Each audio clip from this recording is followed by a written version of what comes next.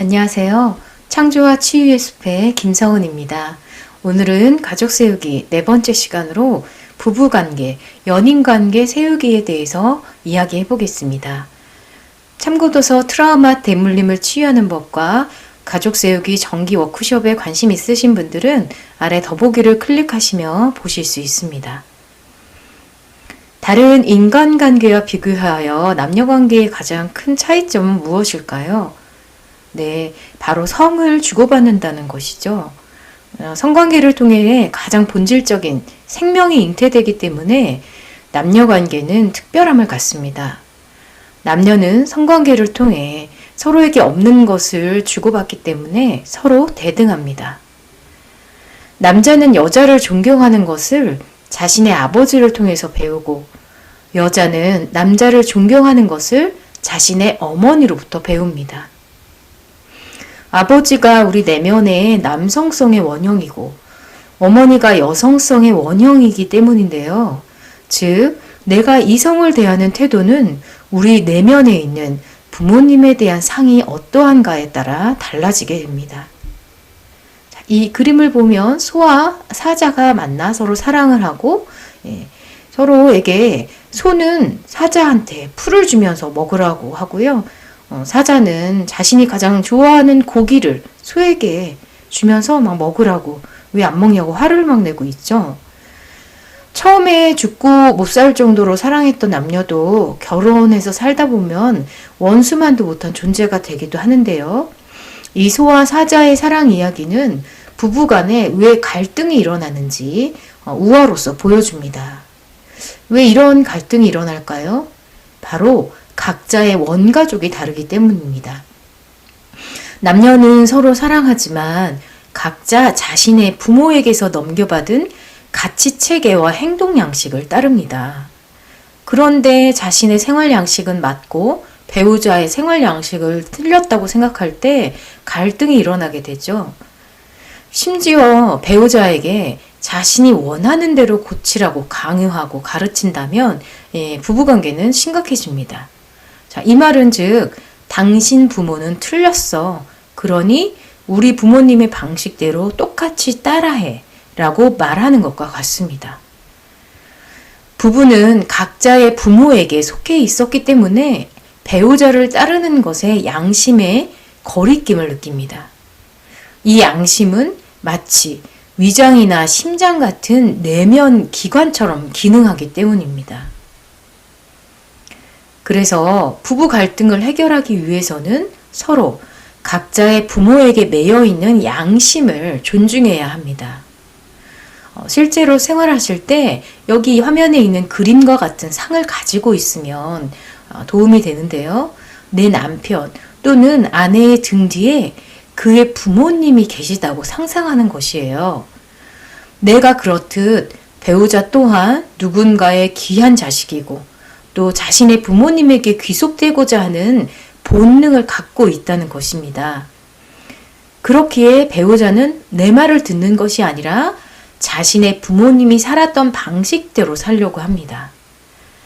배우자를 내 뜻대로 바꾸고 싶은 욕심이 올라오거나 꼴보기 싫은 마음이 올라올 때 알아차림을 하면서 기대를 놓아버리는 것이죠. 저희 남편의 주된 취미는 소파에 드러누워서 TV를 보는 것인데요. 시아버지도 하루 종일 누워서 TV를 보셨어요. 그런데 제가 이걸 가지고 남편한테 왜 당신은 TV만 보냐? 왜 그렇게 쓰잘데기 없이 시간을 보내냐? 책 좀 읽고 운동 좀 해라. 이렇게 잔소리를 하면 어떻게 될까요? 아마도 남편의 자존심이 무척 상할 것이고요. 무의식에서는 당신 아버지는 틀렸어. 이런 식으로 듣게 됩니다. 남편은 자신의 존엄을 지키기 위해서 제 말을 더 듣지 않게 되고요. 그러면 저와 사이도 더 나빠지겠죠. 그러나 이렇게 여기서 끝나면 결혼의 의미가 없겠죠. 새 가정을 꾸린 부부는 서로 원가족의 양심을 존중하면서 받아들이는 동시에요. 또 현가족에게 맞는 새로운 생활 양식을 만들어 가야 합니다. 예를 들어서 남편이 TV에만 빠져 산다면 함께 하루에 30분 이상 산책을 한다든지 일주일에 한 번 책을 읽는 시간을 함께 갖는다든지 이런 식으로 새로운 문화를 만들어가는 것이죠. 네, 이렇게 되면 부부는 상호 존중과 깊은 연결감, 관계의 가벼움을 느끼게 됩니다.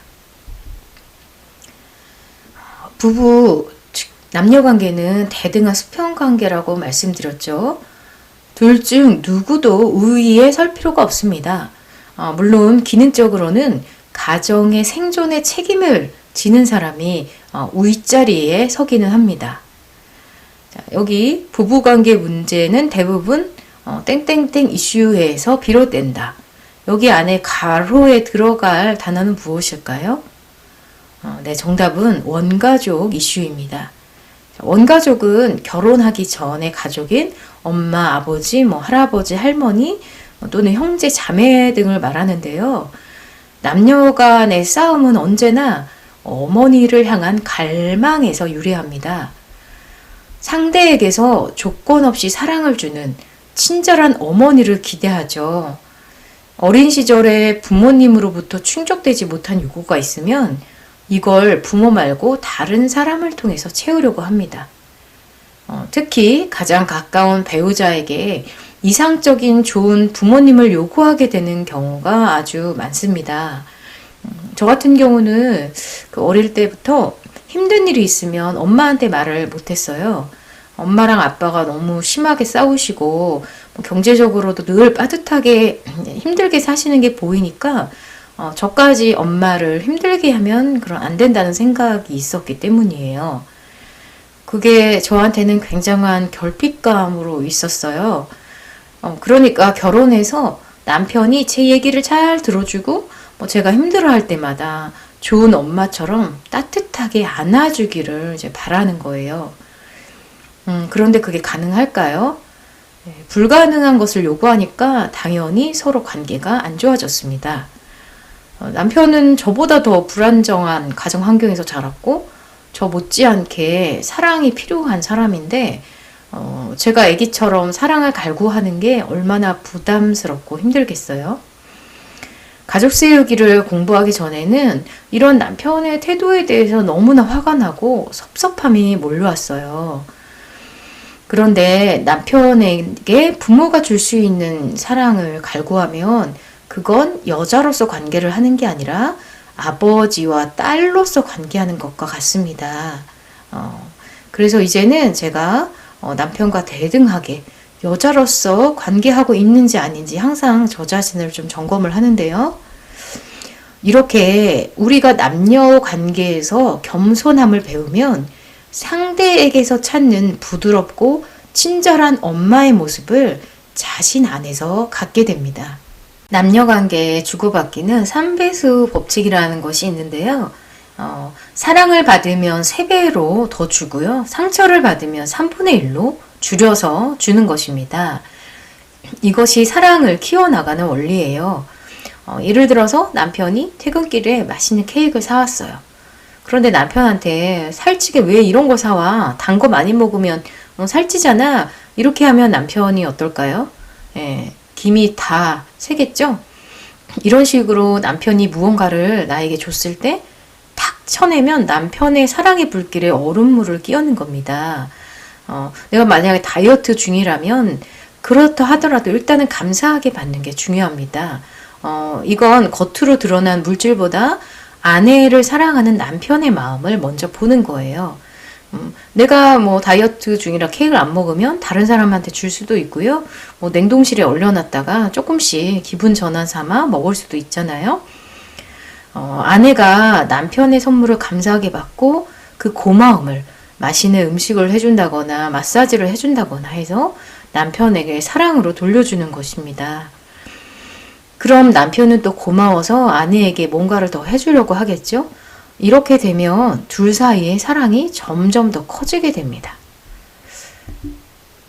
그런데 반대로 배우자에게 상처를 받았을 때는 어떻게 해야 될까요? 그냥 너그럽게 용서를 하면 될까요? 그게 잘 되시나요? 인간에게는 당한 만큼 갚아주고자 하는 복수의 본능이 있어요. 그냥 용서를 해버리면요. 나는 너와 질적으로 다른 너그러운 사람이야. 이런 우월감이 깔려있기 때문에 우월한 위치로 올라가 버립니다. 그러면 부부 관계는 깨어진다고 버트 헬링거는 이렇게 얘기를 합니다. 주고받기의 균형은 용서하는 것으로 회복되지 않는다. 즉 사랑으로 복수하기를 실천해야 부부 관계가 회복될 수가 있습니다. 배우자의 외도나 폭력 등으로 상처를 받았다면 나도 상처를 주고 싶잖아요. 그럴 때는 3분의 1로 줄여서 줘야 관계를 회복할 수 있습니다. 왜 이러냐면요. 내가 배우자에게 상처를 받으면 상대방은 1의 크기로 상처를 줬다고 생각하지만 나는 3배의 크기로 받습니다. 왜냐하면 겉으로 드러난 행동에 대해 더해서 나는 감정적인 상처를 더 크게 받기 때문인데요. 만약 내가 받은 만큼 갚아주겠다고 배우자에게 3의 크기로 상처를 주면 배우자는 9배의 크기로 상처를 받아요. 그러면서 상처를 준 사람이 오히려 큰 소리를 치는 적반하장이 벌어지게 되고요. 부부 관계는 파국으로 가게 됩니다. 만약 내가 배우자에게 상처를 받았다면 나는 3분의 1로 줄여서 복수를 하거나 배우자가 들어주기 어려운 것을 요구하는 식으로 예를 들어서 재산을 가져온다든지 이런 방식으로 할 수가 있습니다. 그러면 상처는 등 뒤로 흘러가고 부부는 앞을 향해 갈 수가 있어요. 근데 여기서 중요한 것은 그런 식으로 복수가 끝나면 다시는 옛날 일을 입 밖으로 꺼내지 않는 것입니다. MBC에서 방영되는 그 결혼지옥 프로그램을 보면요. 60대 노부부 이야기가 이렇게 나오는데요. 남편분이 젊은 시절에 바람을 좀 많이 피시고 돈도 안 갖다 주고 그러면서 아내는 굉장히 큰 상처를 받았습니다. 그런데 아내분이 남편과 평소에 잘 지내다가도 그 분노와 상처가 불쑥불쑥 올라와가지고 남편을 막 쥐잡듯이 잡아대는 장면이 나와요. 당신 왜 그때 바람 폈어? 왜 그 여자한테만 돈을 갖다 줬어? 막 이런 식으로 화를 막 내는 거죠. 그러니까 오히려 남편이 버럭버럭 소리를 지르고 화를 내면서 집을 나가버립니다. 잘못한 건 남편이잖아요. 그런데 왜 그럴까요? 남편 입장에서는 자신이 준 상처보다 과도한 보복을 받는다고 여기기 때문입니다. 그래서 우리가 사랑으로 복수를 하려면 특별한 용기와 지혜가 필요해요. 쉬운 일은 아니죠. 부부 관계는 부모 역할보다 우선합니다. 왜냐하면 이전 관계가 나중 관계보다 중시되는 것이 가족 세우기의 원리 중 하나입니다. 자식은 부부 관계로 생긴 결과물이죠. 그래서 자녀를 가장 잘 키우는 방법은 부부가 서로 사랑하고 존중하는 모습을 보여주는 것이다 라고 이렇게 얘기를 하죠. 아내가 남편보다 아이들을 우선시하는 경우를 종종 볼 수 있는데요. 물론 아기가 어릴 때야 엄마가 아기의 생존을 온전히 책임져야 되니까 아기가 우선이 될 수밖에 없겠죠. 하지만 자녀가 커나갈수록 부부 관계가 우선이 돼야 행복합니다. 요즘에 유기농 막 비싼 음식이나 맛있는 건 남편보다 아이를 우선해서 챙기는 경우들이 있죠. 또 아이 사교육이나 이것저것 시키느라 부모가 등골 브레이커가 되는 경우도 종종 있잖아요. 남편이 자식보다 우선순위에서 밀려나면 남편이 부모로서의 권위를 잃게 됩니다. 그럼 집안의 질서가 무너지니까 당연히 가족관계가 나빠지겠죠.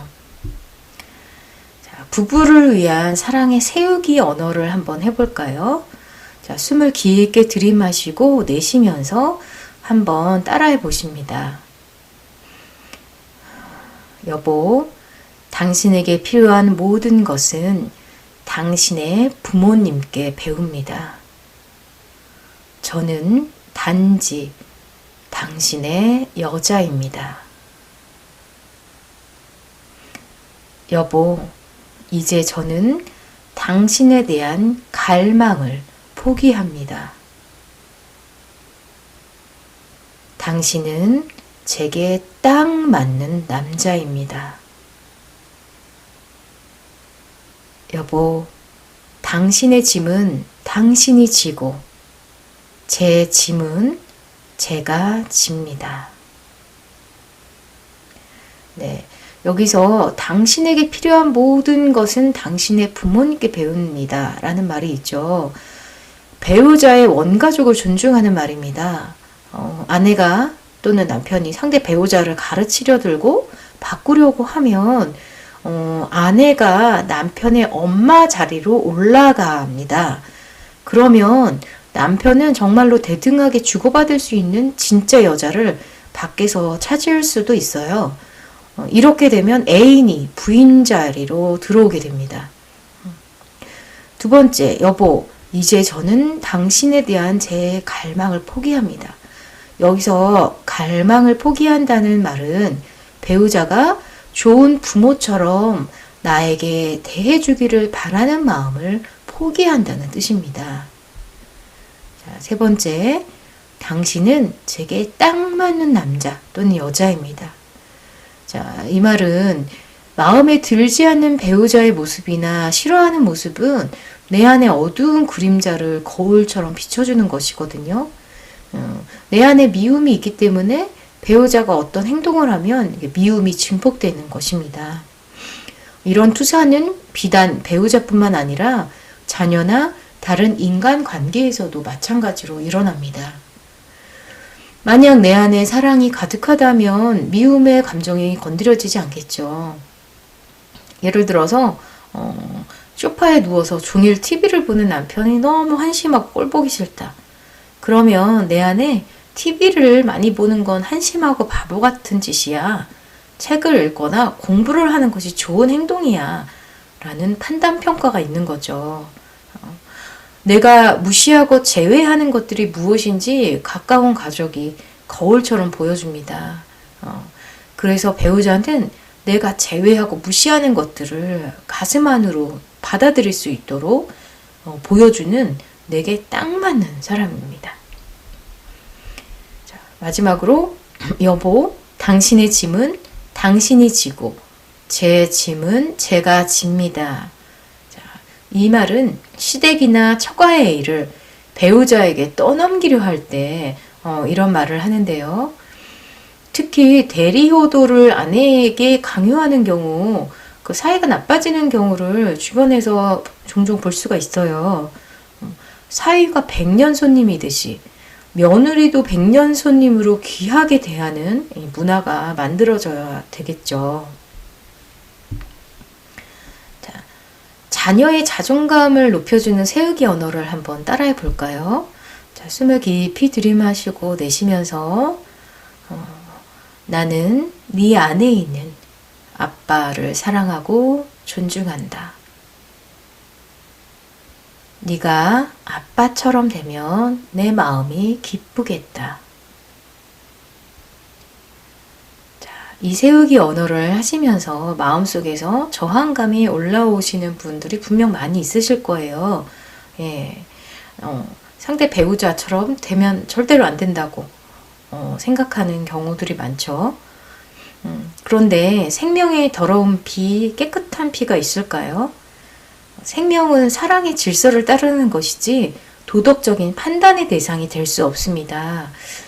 배우자가 소위 우리가 나쁜 사람이라고 하는 바람둥이나 깡패나 사기꾼, 심지어 살인자라고 할지라도 생명은 양심을 초월해서 인간에게 옵니다. 부모님은 둘이지만 아이에게 부모는 하나의 생명입니다. 자녀의 몸에는 엄마의 피, 아빠의 피가 함께 있다는 뜻입니다. 엄마가 남편의 헌담을 자녀에게 하거나 서로 말로 표현하지 않더라도 마음속에서 남편을 경멸하는 마음이 있다면 내 피의 절반은 더럽다라고 말하는 것 같습니다. 우리 어릴 때 엄마들이 아빠 욕 참 많이 했죠. 예, 그러면서 자존감이 아주 많이 낮아지게 되죠. 예, 이렇게 배우자를 나쁘게 생각하면 자녀의 내면에서는 분열이 일어나게 되고요. 발달 트라우마를 겪게 됩니다. 네가 아빠처럼 또는 네 엄마처럼 되면 기쁘겠다 라고 하는 이 세우기 언어는요. 꼭 상대 배우자와 똑같이 살라는 그런 뜻이 아니에요. 남편 안에 있는 좋은 것, 나쁜 것을 구별하지 않고 온전하게 있는 그대로 생명의 힘을 받으라는 뜻입니다. 제외하지 않고 있는 그대로에 동의할 때 어떤 것이든 삶의 자원으로 받아 쓸 수 있는 힘이 생기게 됩니다. 이렇게 되면 필요한 것은 자녀의 운명 안에 들어오고 불필요한 것은 자녀의 운명 밖에 머물게 됩니다. 자, 우리가 남녀 또는 부부가 살다 보면 또 이혼하거나 이별을 할 때가 있잖아요. 이럴 때 한번 세우기 언어를 해볼까요? 자, 숨을 깊이 들이마시고 내쉬면서 그동안 우리가 나눈 사랑은 영원합니다. 나는 당신과 나눈 사랑을 귀하게 여깁니다. 우리의 인연은 여기까지입니다. 이제 저는 당신을 사랑으로 떠나보냅니다. 그 일과 관련하여 당신이 져야 할 책임은 당신이 지고 내가 져야 할 책임은 내가 집니다. 자, 어떠신가요? 이 세우기 언어는 헤어진 부부나 연인의 아픔을 치유합니다. 앞의 인연에 대해서 미워하거나 나쁘게 생각하면 좋은 인연을 다시 만나기가 힘이 듭니다. 이런 상실의 아픔과 고통이 녹아 흘러가야 과거의 인연을 뒤에 두고 새로운 인연을 잘 만날 수가 있습니다. 자, 오늘은 부부 연인 관계 세우기에 대해서 알아보았습니다. 네, 오늘은 여기까지 하겠습니다. 또 만나요. 감사합니다.